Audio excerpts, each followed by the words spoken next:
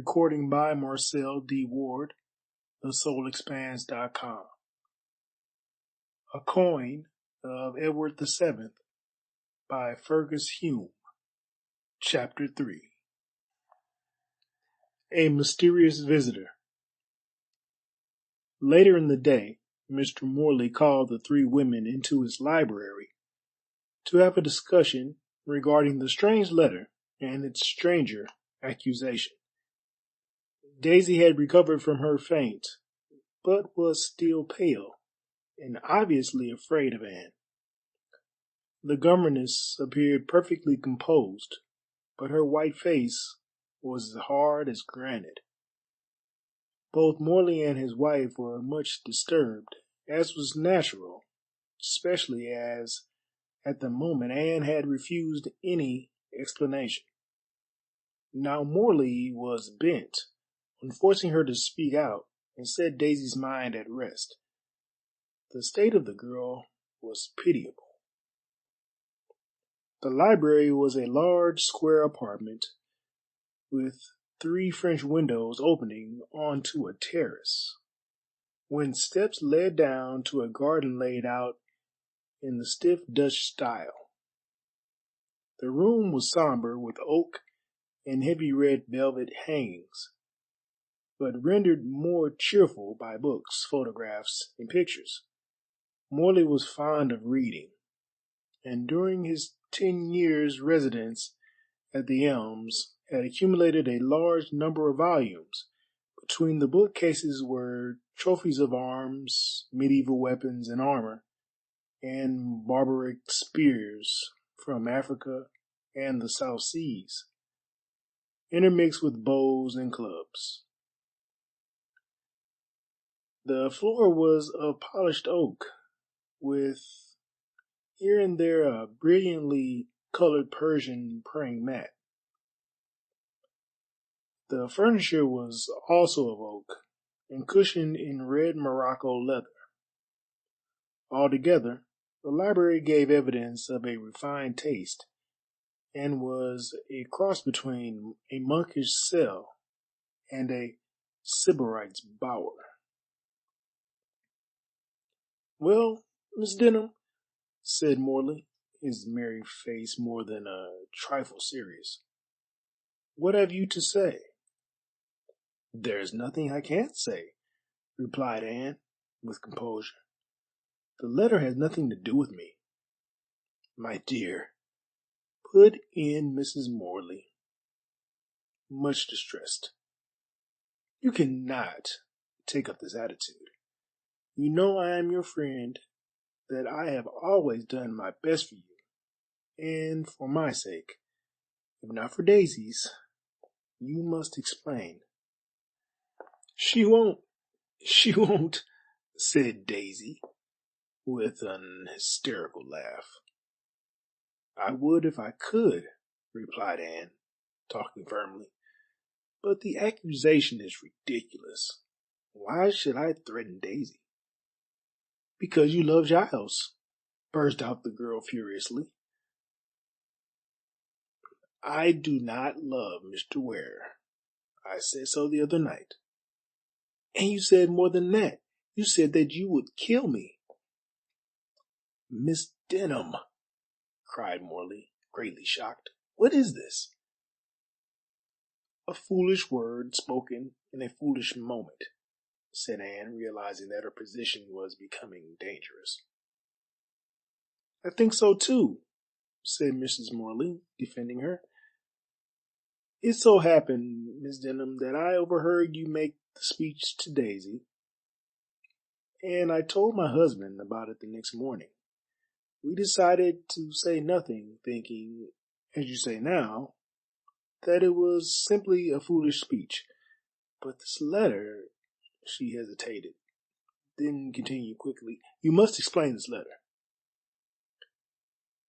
Anne thought for a moment. "I can't explain it. Some enemy has written it. You know all about me, Mrs. Morley. You read my credentials.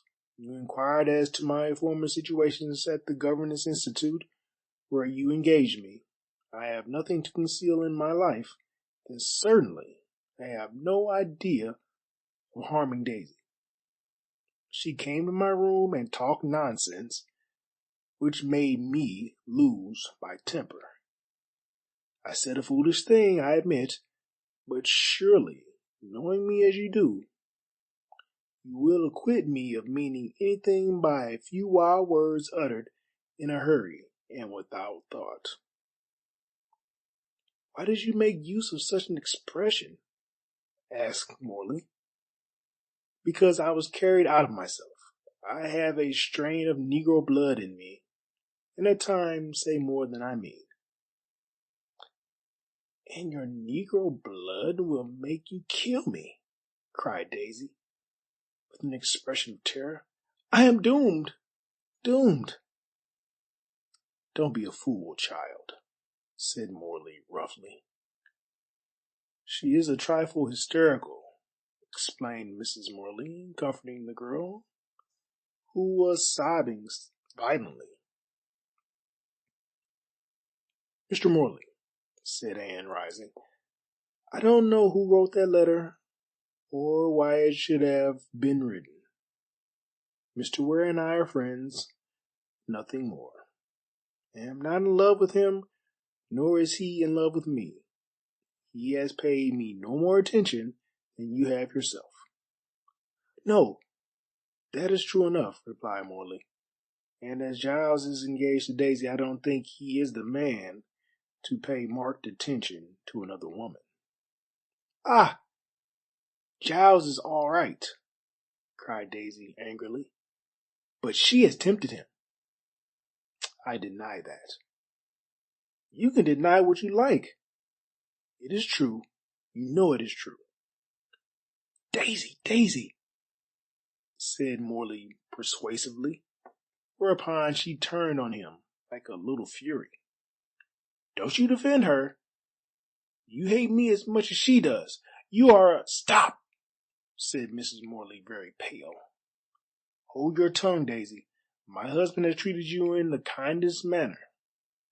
When your father died, you were left penniless. He took you in, and both he and I have treated you like our own child. Ungrateful girl, how can you speak so of those who have befriended you? I do. I shall. You all hate me, cried Daisy passionately. I never wanted your help. Giles would have married me long ago but for Mr. Morley. I had no need to live on your charity. I have 100 a year of my own. You brought that horrid woman down to steal Giles from me, and take her away, Elizabeth, said Morley sharply. I'll go of my own accord, cried Daisy, retreating from Mrs. Morley, and I'll ask Giles to marry me at once, and take me from this horrid house. You are a cruel and a wicked man, Mr. Morley, and I hate you. I hate you.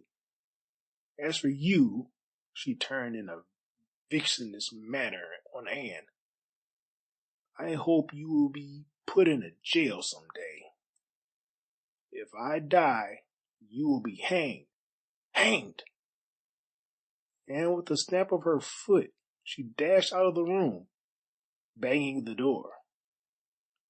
Hysteria, said Morley, wiping his face. You must have a doctor to see her.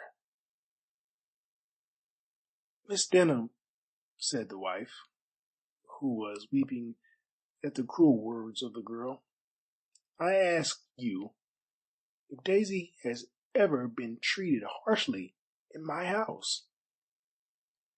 No, dear, Mrs. Morley. She has always received the greatest kindness both from you and your husband. She is not herself today.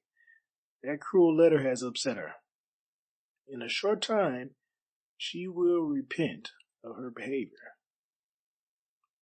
If she speaks like this to Mrs. Perry, what will happen? Moaned the poor woman, wringing her hands. I'll have Mrs. Perry in court for libel if she says anything against us, said Morley fiercely. The girl is an hysterical, idiot. To accuse her best friends of, psh, it's not worth taking notice of.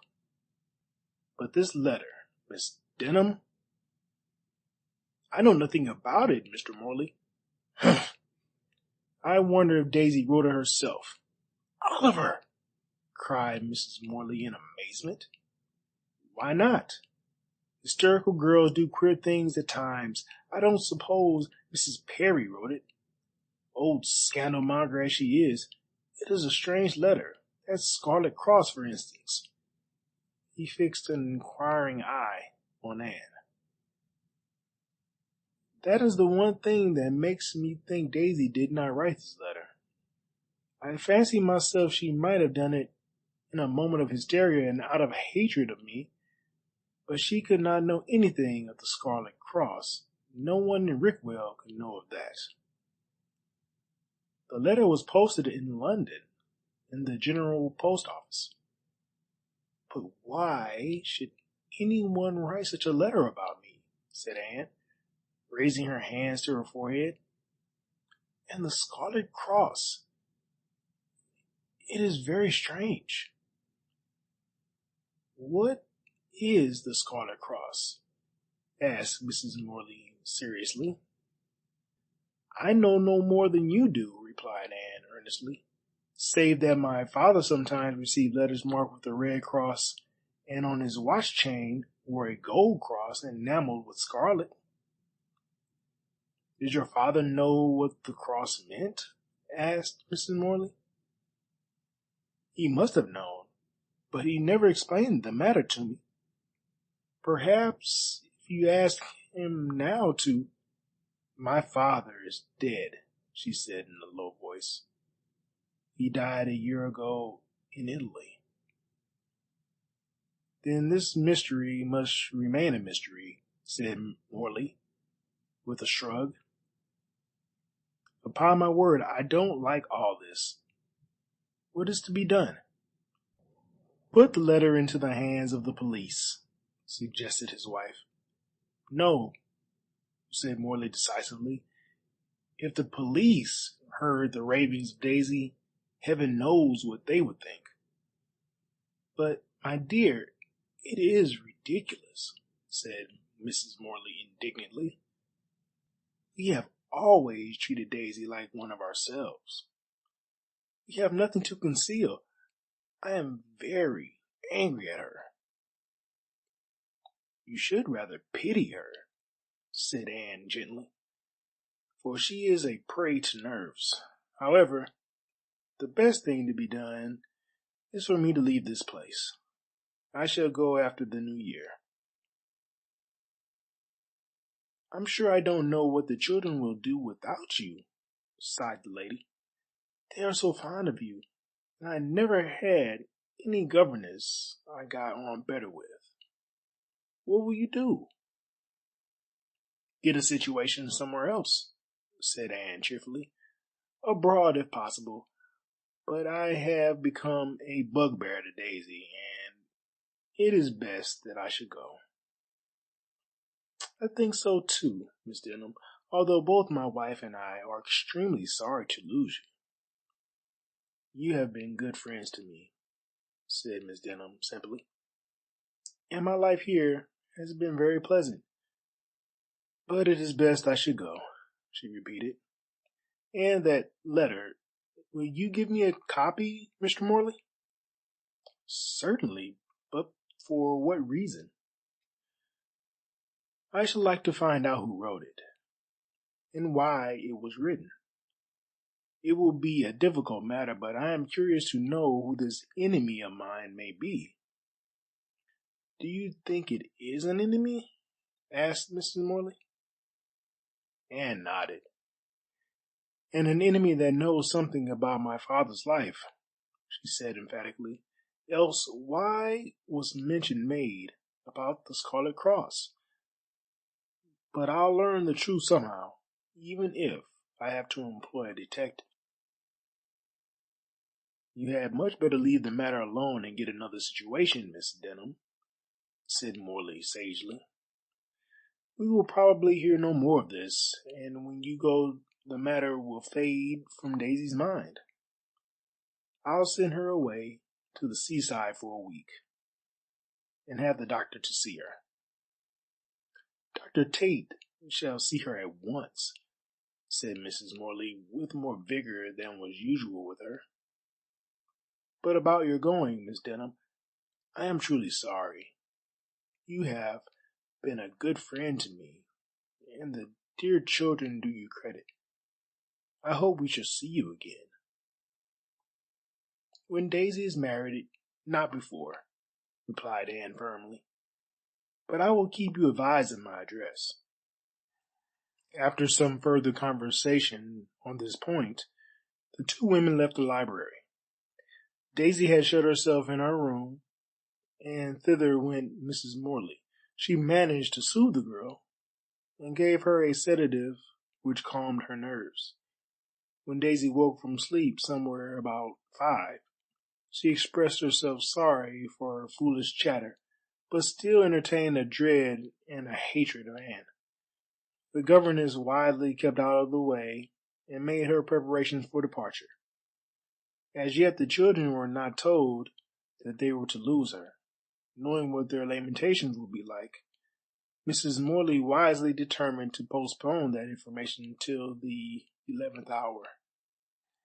There was to be a midnight service at the parish church in honor of the new year, and Anne determined to go. She wanted all the spiritual help possible in her present state of perplexity. The unhappy love that existed between her and Giles, the enmity of Daisy, the anxiety of the anonymous letter. These things worried her not a little. She received permission from Mrs. Morley to go to the midnight service. But be careful Daisy does not see you, said she anxiously. Is Daisy going also? Yes, Giles is coming to take her in his motor car. I hope she will say nothing to him about the letter. I'll see to that. She is much quieter and recognizes how foolish she has been. It will be all right. Morley was much upset by the state of affairs. But a few days before, and life had been all plain sailing. Now, there was little else but trouble and confusion. His ruddy face was pale, and he had a careworn expression. For the most part of the day he remained in his library and saw no one. Towards the evening he asked his wife not to bring the triplets to the library as usual, as he had to see someone on business. Who it was he refused to say, and Mrs. Morley, having no curiosity, did not press the question. After dinner, the visitor arrived, a tall man muffled in a great coat against the cold, and wearing a thick white scarf round his throat. He was shown into the library, and remained with Mr. Morley till after 9. About that time, Anne found occasion to go into the library in search of a book. She had not heard the prohibition of Morley, and did not hesitate to enter without knocking, supposing that no one was within. Meantime, Daisy dressed herself very carefully in expectation of Ware's arrival. He was to take her for a ride in his motor before church, and then they were to go to the service together. There was plenty of snow on the ground, but the nights were always bright with moonlight. Daisy had a fancy for a moonlight ride, and Giles was willing to humor her. She expected him about 10, and descended shortly after 9 to watch for him from the drawing-room window. Outside it was almost as light as day, and the white sheet of snow threw back a reflection of the moonlight. Daisy gazed eagerly down the avenue, where the leafless trees rocked in the cutting wind. Unexpectedly she saw a tall man come round the corner of the house and walk swiftly down the avenue. She knew from Mrs. Morley that there was a visitor in the library, and wondered why he had elected to leave by the window, as he must have done to come round the house in this way. Being curious, she thought she would tell Mr. Morley of what she had seen, and went in search of him. At the door of the library she had just laid her hand on the handle when it suddenly opened, and Anne came out. Her face was white and drawn. Her eyes were filled with fear, and she passed the astonished girl in a blind and stumbling fashion as though she did not see her. Daisy saw her feebly ascend the stairs, clutching the banisters. Wondering at this, Miss Kent entered the room. Morley was standing by the window, the middle window, looking out. It was open. He started and turned when Daisy entered, and she saw that he was perturbed also. "What's the matter?" she asked, coming forward. "Nothing. What should be the matter?" Morley spoke shortly and not in a pleasant tone. "I thought that Miss Denham looked ill," said Daisy. "Don't you think you had better leave Miss Denham alone, Daisy, seeing the mischief you have caused? She has been weeping herself blind here." "Well, that letter—" "Oh, that letter is rubbish," interrupted Morley scornfully. "Miss Denham is a simple, kind woman, and you should take no notice of anonymous correspondence. However, she is going away tomorrow. I have just paid her wages." "I am glad she is going," said Miss Kent doggedly. "I am afraid of her. You think she is an angel. I don't. I don't think anything about her, but I do think you are a very hysterical girl, and have caused a great deal of unnecessary trouble. Miss Denham is not in love with Ware, and it is only your absurd jealousy that would accuse her of such a thing. Besides, this morning you behaved very badly to my wife and myself. You must go away for a time till we can get over your ungrateful words and conduct." "I am very sorry," said Daisy humbly, "but it was Anne who disturbed me in that letter. I was afraid." "Then you admit that we have behaved well?" "You are my best friends." "Thank you. And now, may I ask what you want?" "I came to tell you that I am going to church. I thought you were engaged." "So I was. But my visitor is gone." "I know. He went out by that window. I saw him going down the avenue. Who is he?" "A friend of mine. That is all you need to know." "Did you think it was someone who had to do with the anonymous letter?" "No, no."